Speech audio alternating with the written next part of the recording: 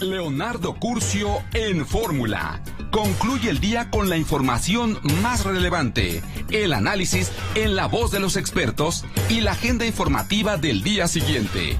Leonardo Curcio en Fórmula. ¡Comenzamos! Leonardo Curcio en Fórmula. Un saludo con gran cariño a la auditoría de Telefórmula, que en este momento se enlaza con los trabajos de esta emisión. Agradezco que siguen a través de la radio y, por supuesto, plataformas de Internet. Guterres viajará a Estambul, donde es previsible ya un acuerdo para desbloquear exportaciones de cereales desde los puertos ucranianos. El tema, pues, resulta prometedor. Le comento que el Sindicato de Telefonistas de México estalló huelga en Teléfonos de México. Siguen las negociaciones ahora mismo en la Secretaría del Trabajo. Estados Unidos presenta nueva queja laboral, en este caso por una empresa de manufacturas en Coahuila. El presidente de la República, mientras supongo su Secretaría de Economía plantea la defensa jurídica de las controversias que han planteado, las consultas que han planteado nuestros dos socios comerciales, optó por llevar lo que él sabe mejor al ámbito político el asunto y dijo: no nos vamos a dejar esto, dijo. Tenemos muchísimos elementos para responder y si se trata de una sanción de tipo político, pues también nos vamos a defender. Yo tengo indicios de que esto tiene que ver con los intereses creados que se sienten afectados porque se dedicaban a saquear a México y que, como se les puso un alto, un hasta aquí, empezaron a hacer trabajo en Estados Unidos. Pero si no hay razón, nosotros no vamos a quedarnos con los brazos cruzados. En el foro político él es el maestro, pero estas son consultas y las tendrá que acreditar su secretaria de Economía y en todo caso un panel de expertos, digo, más allá de lo que el presidente opine en materia política. Esto irá, digamos, a un tribunal donde, pues por cierto, prevalecerá lo técnico, ¿no? Más que las cuestiones, supongo, de tipo político. Para eso firmamos un TEMEC. Hace un momento platicaba con el coordinador de la mayoría y me adelantó que habrá un parlamento abierto de finales de julio a finales de agosto. Van a discutir el tema de las reformas, las propuestas de reformas electorales. La Banca Central Europea subió la tasa, su tasa de interés en 0,50 puntos. La primera vez que lo hace desde el 2011. En Estados Unidos hay indignación. Dan 2 años y medio al policía responsable de haber matado a Floyd. Es increíble la carga racial que tiene todo esto. En más información, el fiscal Garland de los Estados Unidos habló con Gertz Manero para expresar su gratitud por la detención de Gertz Manero, pero imagino que en la gratitud le habrá expresado también su urgencia porque lo extraditen. Biden dio positivo en COVID, dice su vocero, síntomas muy leves. El presidente de Italia, Mattarella, disolvió el Parlamento tras la dimisión de Mario Draghi. Las elecciones están previstas para el próximo 25 de septiembre. Una fuga de gas y una explosión en ductos de Pemex en Veracruz deja 2 lesionados. En más información, que sí que el canciller está ahora mismo en Acapulco dando una conferencia de prensa con la alcaldesa de aquel puerto. Pausa, volvemos. Vamos con la información. Vamos ahora a escuchar al presidente de la República Italiana anunciando efectivamente la disolución del Parlamento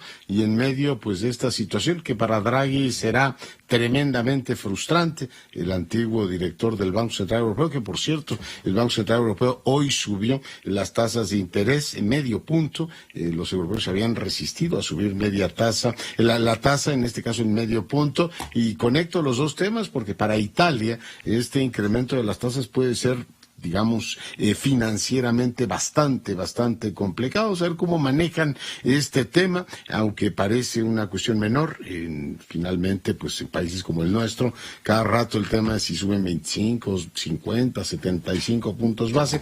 No me extiendo en el asunto, pero vamos a escuchar a Mattarella anunciando efectivamente la disolución del Parlamento y en este caso, pues cae el gobierno Draghi. Mattarella. Ho firmato il decreto di scioglimento delle Camere affinché vengano indette nuove elezioni entro il termine di 70 giorni indicato dalla Costituzione. Lo scioglimento anticipato del Parlamento è sempre l'ultima scelta da compiere. Pues sí, es siempre la última opción, dice el presidente, que primero no aceptó la salida de Draghi y finalmente, pues al no tener el apoyo, a pesar de la grave crisis que está viviendo Europa y la necesidad de sostener, en este caso, una posición política respecto a Ucrania, no me extiendo en el asunto, lo hicieron y finalmente cae el gobierno. Héctor Herrera, te nos cortaste, retomamos, como dicen los músicos, da capo, desde el principio. Adelante, Héctor. Con gusto, Leonardo. Pues sí, efectivamente te decía que hoy el presidente de la República en esta conferencia mañanera reconocía que existe pues una crisis de derechos humanos por la desaparición de personas en todo el país. Sin embargo, dice hoy el presidente Leonardo que esta cifra que se maneja de 100,000 personas desaparecidas, pues no es producto de su gobierno, porque de lo contrario, dice, pues ya sus adversarios le habrían acusado ante la Organización de las Naciones Unidas. Escuchemos. Sería una cosa escandalosa. O sea, Claudio X González y todos nuestros adversarios ya hubiesen acudido a la ONU a presentar una denuncia en contra la mía, pero esto no es así. Y todo esto lo vamos a ir explicando, ¿sí?, para que no haya manipulación. Por eso es muy importante esta conferencia, porque nos permite replicar, aclarar, argumentar. Usted debe de estar absolutamente seguro de que el Estado mexicano en estos tiempos no viola derechos humanos. Yo dije una de las preguntas fue, Leonardo, precisamente, pues no solo la desaparición, sino todo desafortunados eventos en contra de mujeres, de los cuales se habló también durante el transcurso de la conferencia. De hecho, hoy retomó también el presidente este tema de los señalamientos, las quejas que tiene tanto el gobierno de los Estados Unidos y Canadá, o empresarios en realidad, en este asunto el campo energético. Y él subraya que va a haber defensa, el gobierno mexicano se va a defender, ya que pues la energía eléctrica y el petróleo son y seguirán siendo del pueblo de México. E insistió que la postura mexicana, Leonardo, pues no está violando el TEMEC, y los reclamos pues están respondiendo a intereses que han sido afectados por compromisos que se habían pactado con gobiernos anteriores. Escuchemos. A llevar a cabo todo lo que nos corresponde y dejar de manifiesto que no hay ninguna violación al tratado y aclarar de que podemos tener relaciones comerciales, pero nuestras políticas las definimos en México. Bueno, y subraya precisamente que el gobierno mexicano ya no responde a estos dictados ni a las recetas del Banco Mundial o del Fondo Monetario Internacional, y señala que nuestro país pues ya no agacha la cabeza y ahora demanda respeto a su soberanía nacional. Ya sobre estos temas, sobre todo... ¿Y eso por qué fue lo del Banco Mundial, Héctor? Porque pues él argumenta, como lo ha dicho en diferentes momentos, que los gobiernos neoliberales, que así los califica, pues siempre estaban atentos a los dictados, a las recetas de los organismos internacionales, entre ellos el Banco Mundial y el Fondo Monetario Internacional, y que hoy el gobierno mexicano pues hace respetar su voluntad y su soberanía. Un poco fue la referencia por estos pues señalamientos que se ha hecho, no, sobre todo por el modelo neoliberal que pues el presidente ha propugnado en todo momento. Y ya te decía, Leonardo, que hoy se tocó pues este caso o varios casos en esta sección de cero impunidad de Raquel Padilla, esta joven madre víctima de feminicidio allá en Jalisco, y pues en general sobre la agresión que están sufriendo las mujeres. El primer mandatario reconoce o menciona que la violencia que se vive en la actualidad, pues dice que es el resultado de la pérdida de valores provocada o otra vez, por supuesto, por el modelo neoliberal. Y en específico, fíjate, el subsecretario de Seguridad, Ricardo Mejía, hoy informó que este vecino presunto responsable del ataque contra Raquel Padilla, pues ayer fue a declarar de manera voluntaria, pero terminando lo detuvieron por una averiguación previa alterna. Vamos a escuchar. Día de ayer, día tarde, se le ejecutó orden de aprehensión por los delitos de lesiones calificadas, amenazas y delitos contra la dignidad de las personas.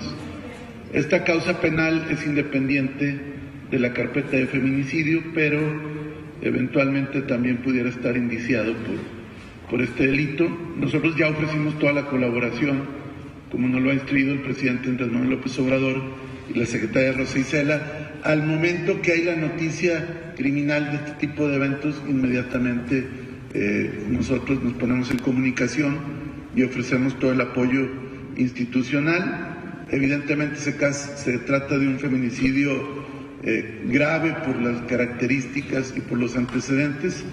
Como ha sido en otros casos, pues no va a haber impunidad.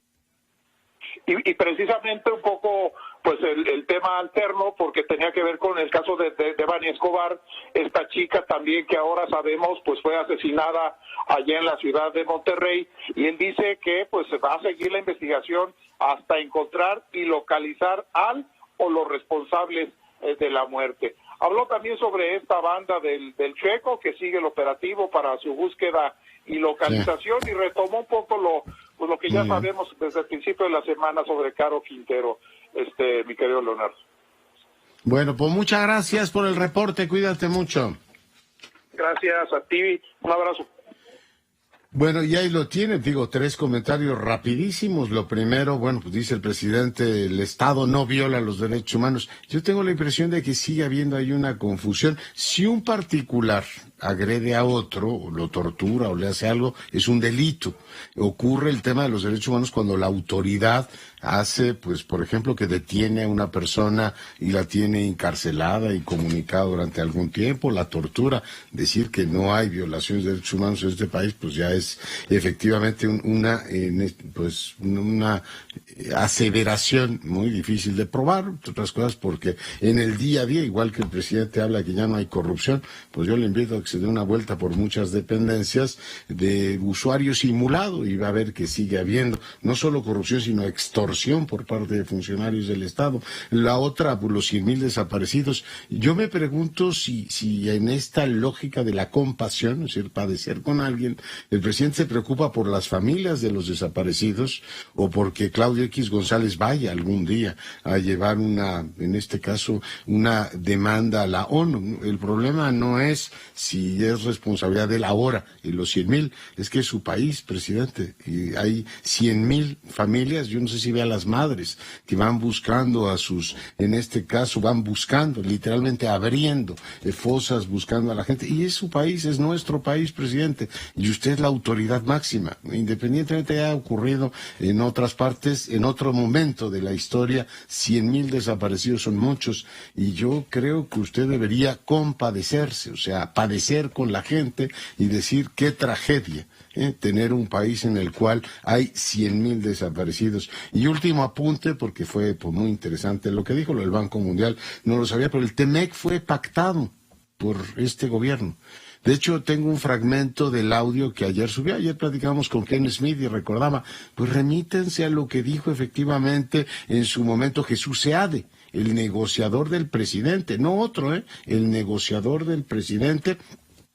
Y como me recordaba ayer Ildefonso Guajardo, la conferencia está en la entrevista está en las redes sociales, si el gobierno de Peña Nieto y su equipo de negociadores hubiese negociado algo contrario al interés nacional, el Senado de ahora, que coordina efectivamente a Ricardo Monreal, pudo no haber votado por eso y decir nosotros no pactamos eso, pero es hijo de él, el TEMEC, y por tanto tiene fuerza constitucional, igual que su reforma eléctrica. Son hijos exactamente del mismo padre político, que es el hombre que gobierna este país, y el Senado ratificó ese TEMEC. ¿Qué pasa? Que ahora cuando nos invocan las reglas del TEMEC hay una conspiración política. pues esto no es un tema, sí, por supuesto en el fondo hay política, pero para eso nos dimos reglas, ¿no? Y para eso establecimos estos mecanismos, pero simplemente para no olvidar lo que se decía en el 18, escuche usted a Jesús Seade, el negociador. Por cierto, el presidente dijo, lo vamos a traer a Jesús Seade para que aclare. Decía Guajardo, creo que con buen criterio, va a ser muy bueno que venga y cuente que sí y que no. Esto decía Seade entonces. El presidente electo ha sido muy claro desde toda su campaña y desde que ganó las elecciones, en público, en privado, en todas las formas, casi cada tercer día ha enfatizado que él no va a echar para atrás la reforma energética, él no piensa cambiar la Constitución, él respeta el marco legal como lo tenemos. Bueno, pues ahí está. Eso decían en aquel momento donde digo, Diego. Bueno, dejo ese tema y ya lo seguiremos puntualmente. Vamos ahora a enlazarnos con Javier Ávila. Él es miembro de la Compañía de Jesús en la zona tarahumara. Padre, ¿cómo está? ¿Qué tal, Leonardo? Muy buenas tardes. Por acá, buenas noches por allá. Bueno, pues pedirle por favor que le cuente al auditorio, a poquito más de un mes del asesinato de 2 de sus compañeros. México sigue todavía conmovido por ese episodio. ¿Hay alguna novedad? ¿Les han dicho algo? ¿Cómo van las cosas? Cuéntenos. Bueno, después de un mes, lamentablemente no hay novedades. Recientemente, a propósito de ese mes que ya sumamos, los jesuitas, la Compañía de Jesús, los jesuitas de la provincia mexicana, sacamos un comunicado en donde seguimos exigiendo justicia, porque no se ha hecho justicia. Y seguimos señalando que la impunidad va a seguir muy presente si no hay justicia y, por supuesto, como consecuencia no habrá paz. Creo que son temas que no se pueden olvidar. Yo, como siempre he dicho, los sistemas le apuestan al olvido. Nosotros tenemos que seguir apostándole a la memoria, porque no podemos nosotros dejar en el olvido algo tan trágico, tan lamentable, que ha lastimado tanto, no solamente a la Compañía de Jesús, no solamente a la Iglesia, al país, porque se suma a la cantidad de muertos, y siempre también lo he dicho, el homicidio de esos 2 jesuitas prendió los pocos, pero que no se quede nada más sobre esos 2 jesuitas, que se abra la luz y que iluminen a los cientos, miles de muertos, y como usted comentaba anteriormente, a los cientos y miles de desaparecidos que han generado conflictos, dolores, penas muy fuertes en muchas familias. Yo soy testigo, porque como presidente de la Comisión de Derechos Humanos que tengo acá en Chihuahua, he acompañado muchísimo a familias de desaparecidos. Es trágico, no se puede tan fácilmente pasar la hoja.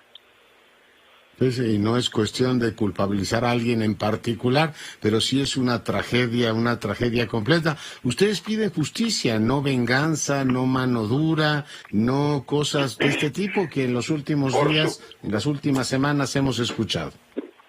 Por supuesto que no pedimos nosotros nada de eso, ni tampoco estamos de acuerdo con el mátelos en caliente que se hizo alusión en algún momento de parte del señor presidente, haciendo recuerdo de aquellas de épocas pasadas. Nos interesa lo que está pasando ahorita, sí, nos interesa lo que está pasando ahorita, y que ahorita las cosas no están bien. Simplemente decimos, hágase justicia, nada más. Detengan a los responsables, a los presuntos, ténganles un juicio conforme a derecho, y bueno, que no se deje pasar tan fácilmente. Al cabo, aquí matamos y no pasa nada, torturamos y no pasa nada, desaparecemos y no pasa nada. Eso es un estado muy fallido. Ya, pues padre, agradezco mucho el enlace y seguimos pendientes. Cómo no, y muchas gracias por mantener viva esa situación.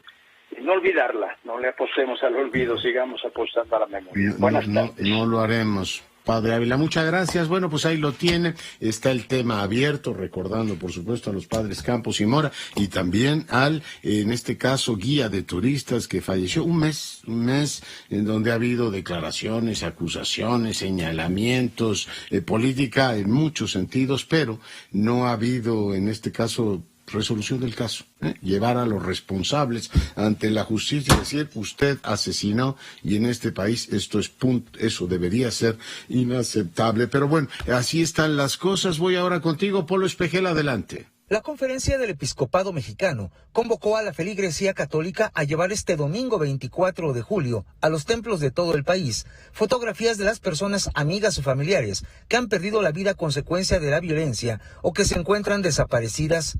Ello forma parte de la jornada de oración por la justicia y la reconciliación para la paz que lleva a cabo la Iglesia Católica en México a raíz de la ejecución de los sacerdotes jesuitas Gallo y Morita en Cerocahui, Chihuahua. Está respaldada por el llamado enérgico de la jerarquía católica para que el gobierno federal reconsidere y rectifique su estrategia de seguridad, lo que ha provocado desencuentros con el presidente de México, Andrés Manuel López Obrador. Esta realidad de violencia nos golpea. Nuestro México está salpicando sangre de tantos muertos y desaparecidos, entre ellos 27 sacerdotes, incluidos los padres jesuitas que han sido asesinados por el crimen organizado, identificándose así con los miles de víctimas de nuestro pueblo que han tenido este fin, junto con las decenas de miles de desaparecidos a quienes sus familias siguen buscando. Desde estos trágicos hechos, al interior de la parroquia de San Francisco Javier, ha transcurrido un mes y el asesino, identificado como José Noriel Portillo, alias El Chueco, sigue libre. Por ello, la Compañía de Jesús en México demandó justicia al afirmar que si prevalece la impunidad, no se podrá avanzar hacia la reconciliación y la paz. Los obispos del país concluirán con esta jornada de oración el próximo domingo 31 de julio, teniendo como marco la fiesta de San Ignacio de Loyola, para orar por la conversión de los victimarios y para que logremos realizar la mejor política que convoca el Papa Francisco en el capítulo 5 de su encíclica Fratelli Tutti, centrada en el encuentro, el diálogo, el consenso y la restauración de la comunidad. En Grupo Fórmula, Leopoldo Espejel. Gracias, Polo. Y seguimos con la información. Vamos ahora con José Urbina Buzo, que ha defendido efectivamente pues la naturaleza en Quintana Roo. Pepe, ¿cómo estás? Buenas noches. ¿Qué tal? Buenas noches. Aquí a tus órdenes. Bueno, pues pedirle que le cuente al auditorio, ya llevaron a categoría de seguridad nacional el avance del tren y sigue habiendo esta idea de que, esta formulación por parte del gobierno de la República de que hay una conspiración. Sí, no sé si ya están empezando a sospechar que hay un movimiento independentista en Yucatán, porque no llego a comprender de dónde proviene la conspiración, quiénes son los militantes de la tal conspiración y por qué sería esto un asunto de seguridad nacional. Todo esto ya está rayando en lo absurdo. De por sí, todas las decisiones que tomó Fonatur, específicamente para mí, en el tramo 5, porque ese es lo que viví, sé que en otros tramos también han tenido muchos inconvenientes, donde han tenido que modificar el trazo porque la gente no lo quiso. No, hablemos de Mérida, hablemos de Campeche, pero lo que yo pude vivir en carne propia, todo lo que ha hecho Fonatur es turbio, raro y absurdo. El cambio de ruta de la carretera después de los millones de pesos que gastaron en la construcción, los árboles que derribaron, el tiempo que se invirtió, llevarlo a la selva era todavía más absurdo. Después empezó a construir sin los permisos, la manifestación de impacto que le entregaron, que era una confesión de su ineptitud, todo siempre ha sido una consecuencia de absurdos cada vez más grandes. Y esto, de ahora esta argucia de decir que es una cuestión de seguridad nacional, es la cúspide de que no saben lo que están haciendo y como no pueden rebatir ni a la ciencia ni a la ley, tratan de quebrar lazos. Ya. En este caso estamos ante un hecho consumado. O sea, ya cuando un gobierno invoca la seguridad nacional, hace unos días hablaba con el con el vocero de Fonatur y le decía, bueno, ¿y cómo se argumenta que un tren se convierte en un asunto de seguridad nacional? Pero me dijo que era una disposición de, este caso, el Consejo. ¿Estamos, pues, ante un hecho consumado? Por supuesto que no. Imagínate el precedente que ascendería esto si porque a alguien se le ocurre esto es un asunto de seguridad nacional. Un tren que teóricamente era turístico, que también es de transporte, donde no hay ningún problema bélico, a no ser que Belice y Guatemala estén planeando recuperar Yucatán. No tengo ni idea qué es cuál es el fundamento para esto, pero los abogados saben con mucha certeza que no hay respaldo para ello. La cantidad de abogados que se han comunicado con nosotros para explicarlos por qué esto no es procedente es increíble.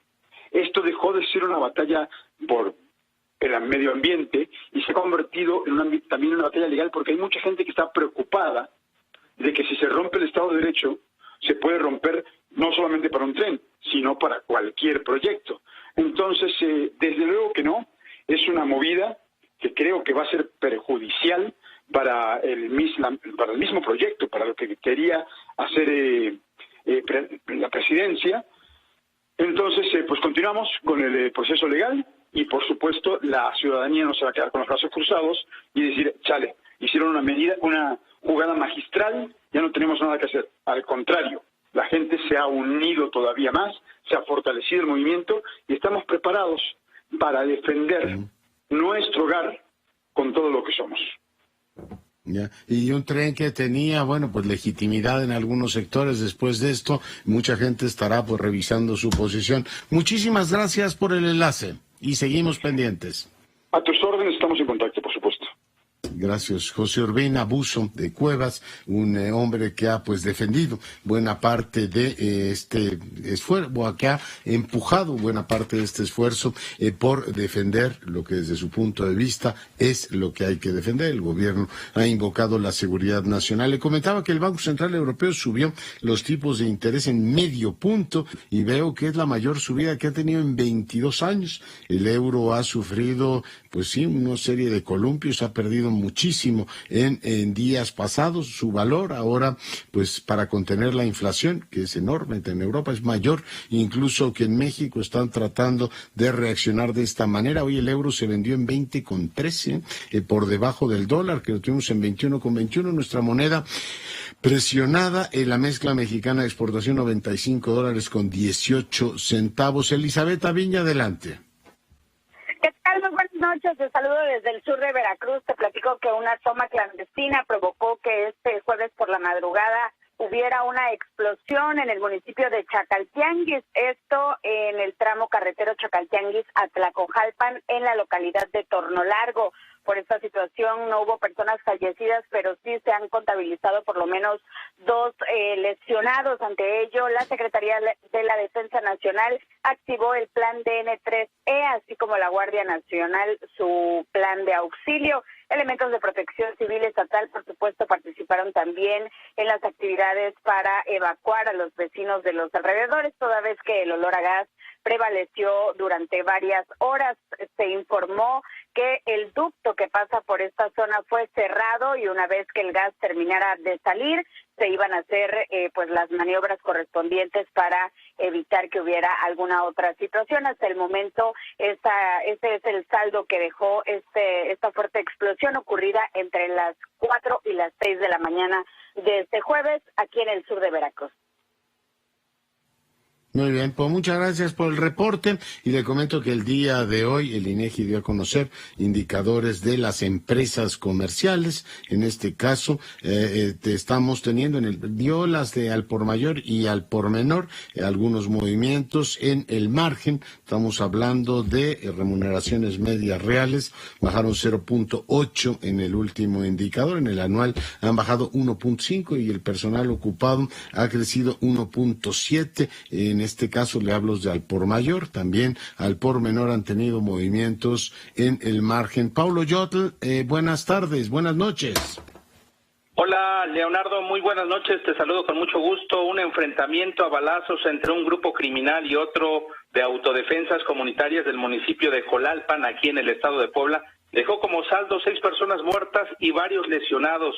Los primeros reportes señalan que el grupo identificado como una célula de la familia michoacana les habría tendido una trampa a este otro grupo llamado Fuerza Territorial, el cual trataba de contener su avance por la entidad poblana. Su líder, Eloy Merino Mendoza, cayó abatido en lo que pareció una emboscada. Hasta el momento, la Fiscalía General del Estado no ha proporcionado detalles sobre este hecho violento. Por ejemplo, no se sabe el número de personas lesionadas que fueron llevadas a varios hospitales de la región y si estas son del bando criminal. Muy bien. Pues muchas gracias por el reporte. Buenas noches. Pausa, volvemos. Seguimos con la información. Hoy tenemos el privilegio de recibir al sumo sacerdote de la cocina. Usted sabe que el Pujol es el mejor restaurante de México, es el mejor restaurante de América del Norte, y lo dicen los expertos, lo dicen los comensales, y lo dicen también 22 años, que es lo que lleva esa propuesta culinaria abierta. Yo le agradezco mucho al maestro Olvera que converse con nosotros. Maestro, bienvenido. ¿Cómo estás, Leonardo? Buenas noches. Creo que soy más monje que sacerdote, pero... Eres el sumo sacerdote de la cocina, y te pregunto, ¿la cocina hay que elevarla a la categoría de bellas artes? Siempre he creído que la cocina es más artesanía que arte. Creo que es un oficio, pero como todos los oficios lo puedes llevar a diferentes niveles. Oye, también efectivamente la alfarería era una artesanía. No te lo pregunto no por retórica, la cocina es la esencia de las civilizaciones. Cuando yo veo lo que es China, lo que es efectivamente Medio Oriente y lo que es México, todas ligadas a un cereal, finalmente lo que comemos es la esencia de la civilización, Enrique. Sí, pues en México somos muy afortunados de contar con un gran patrimonio gastronómico, y creo que justamente lo que hemos tratado de hacer nosotros es retomar ese legado y tratar de colocarlo en un formato de un restaurante gastronómico, que es algo que en México, pues digamos que nuestra cocina siempre había estado como en los mercados, en las casas, en las fondas, y evidentemente no está aislado. México no es el único país, como bien lo dices, ¿no? China, otros países de Latinoamérica han hecho lo mismo, pero creo que en el caso de México hemos tenido bastante éxito. Pero hay países que tienen eso, ¿no? Hay como cocinas, yo no sé qué tienen los peruanos, qué tienen los chinos, qué tenemos nosotros, en este caso tú como la mejor expresión de la cocina mexicana, pero hay algo ahí, hay un punto carismático que supongo que tiene que ver con siglos de tradiciones, de acumulación, no lo sé, ¿tú cómo te lo explicas? Pues mira, yo me gusta mucho como verle, por ejemplo, la historia del maíz, ¿no? Que los maíces en México se fueron pasando de generación en generación, y cada generación era responsable no solamente de salvaguardar el grano que le había heredado su familia, sino de adaptarlo al contexto actual, a las condiciones actuales, y de entregarle a la siguiente generación un grano que se adaptara mejor a las circunstancias. Y creo que ese es lo que tratamos de hacer los cocineros, ¿no? De alguna manera es todo este patrimonio que tenemos, cómo lo podemos nosotros plantear en el contexto actual, y tratar de proyectarlo en la civilización, bueno, en la sociedad moderna, ¿no? Que es muy distinta. Oye, porque cuando Nuria Sanz era la delegada de la UNESCO, yo fui al Valle de Tehuacán, ahí donde se domesticó el maíz, y después leía que tú, maestro, pues parte efectivamente de tu talento culinario, lo viste también con una belleza enorme cuando veías cómo se inflaba una tortilla en un comal. Yo creo que al maíz hay que tratarlo con toda la reverencia. Bueno, tú lo haces. Sí, y hablar sobre todo en plural, ¿no? De los maíces, porque justamente lo que tenemos es una biodiversidad en México fascinante. Creo que entre más te acercas, más empiezas a ver en esas sutilezas pues grandes diferencias, ¿no? Y es algo que a nosotros nos ha entusiasmado mucho, poder trabajar con agricultores, poder pues que esa expresión que ellos tienen de los suelos se note en el trabajo que nosotros hacemos. Yeah. Oye, parte de tu talento y de hablar pues de toda la galaxia de restaurantes que tienes ahora va beneficiando también a productores y va generando esta valoración de los productos genuinos. Como tú dices, hay que hablar de los maíces, igual que cada vez más países distinguen el café, o cada vez más gente distingue los tipos de vino. No dice, deme un vino tinto, ya te piden, quiero un merlot o quiero un sabrá Dios qué, Bernat, en fin, distintas uvas. Hay que como singularizar lo que uno come, Enrique. Exactamente, justo igual que el vino, el maíz no solamente de diferentes colores, sino de diferentes cepas, de diferentes alturas, y creo que es, como te decía, como justo el legado que tenemos. Creo que en Pujol nos tardamos un tiempo en entenderlo y ahora que lo entendemos un poquito mejor, pues estamos muy orgullosos de poder trabajar con gente como Amado Ramírez, que tiene nuestra red de productores en Oaxaca y buscamos hacer un trabajo que sea no solamente delicioso, sino que también fomente esta biodiversidad y que se trabaje bien con los agricultores para que ellos puedan seguir produciendo estos maíces que son deliciosos. Qué bonito ir cuidando esto y dándole esta enorme relevancia. Llevas ya 2 décadas en la cumbre. ¿Estás, digamos, fundando una tradición o te sientes continuador de una tradición culinaria mexicana, Enrique? Pues la verdad es que como dices tú, hace 22 años, cuando abrimos Pujol no teníamos ninguna pretensión de este tipo. Abrimos un restaurancito de 40 sillas y veíamos pues esto muy lejano, incluso hasta hace un par de años veíamos muy difícil poder llegar al lugar que hemos llegado ahora y estamos muy contentos de celebrarlo por pues toda la gente que ha estado trabajando en Pujol, directa e indirectamente. Creo que es un logro de todos y también pues de alguna manera le abre la puerta a otros restaurantes mexicanos, ¿no? Porque no, al y a final México, de cuentas, ¿no? Sí, justo, creo que se celebra no solo el restaurante, sino la cocina de México. Están otros amigos en la lista que también hacen un trabajo incansable y creo que todos estamos como con este compromiso de hacer cada vez mejor las cosas, de seguir avanzando y de tratar de poner en la mira del mundo la cocina mexicana. Que lo has logrado de manera excelente. Y bueno, pues hay mucha gente que va a Perú, va a Barcelona, va a San Sebastián, buscando a los grandes chefs. En su caso, hay mucha gente que decide venir a México para vivir la experiencia, efectivamente, del Pujol. Dime una cosa aquí entre nos, ¿cuál es el mejor aperitivo para empezar una comida? Digo, aquí somos muy tradicionales con el tequila, la cerveza, el mezcal. ¿Tú cuál dirías que es el mejor aperitivo para abrir boca? Sí, justo, a mí me gusta empezar con un tequilita, con un mezcal la comida. Creo que igual que en los maíces, ¿no? Los mezcales tienen un rango muy amplio y puedes encontrar de todos tipos con diferentes características y creo que hay también una riqueza en México en esas bebidas y pues nosotros lo que tratamos de hacer es celebrar todos esos productos que tenemos en nuestro país y que la gente pues vea, ¿no? La riqueza que tenemos y que nosotros como mexicanos seamos los primeros que no la creemos, ¿no? Sí, claro, y ir efectivamente teniendo, supongo que tiene que trabajar mucho, eso será tema de legisladores y la Secretaría de Economía, crear denominaciones de orígenes muy precisas, pero ¿cuántos restaurantes tiene ahora ya la Galaxia Olvera? Pues tenemos, depende un poco cómo los cuentes, ¿no? Pero tenemos 14 Usted restaurantes. es el sumo sacerdote, usted es el centro, usted cuénteme. Pues tenemos en Nueva York Cosme, que este año también quedó Cosme, ¿no? en lugar 69 de la lista, y luego tenemos un restaurante en Los Ángeles. Acabamos de firmar un contrato de asesoría con un restaurante en Madrid, y aquí en la Ciudad de México es de donde somos y donde más tenemos restaurantes. Tenemos Eno, que es una cafetería, tenemos Ticuchi y tenemos Pujol. Sí, efectivamente. Oye, y proyectando efectivamente la imagen de México en el mundo, porque finalmente esto que llaman soft power pasa, entre otras cosas, por esta digamos, patrimonio inmaterial de la humanidad, que es todo aquello que comemos, Enrique.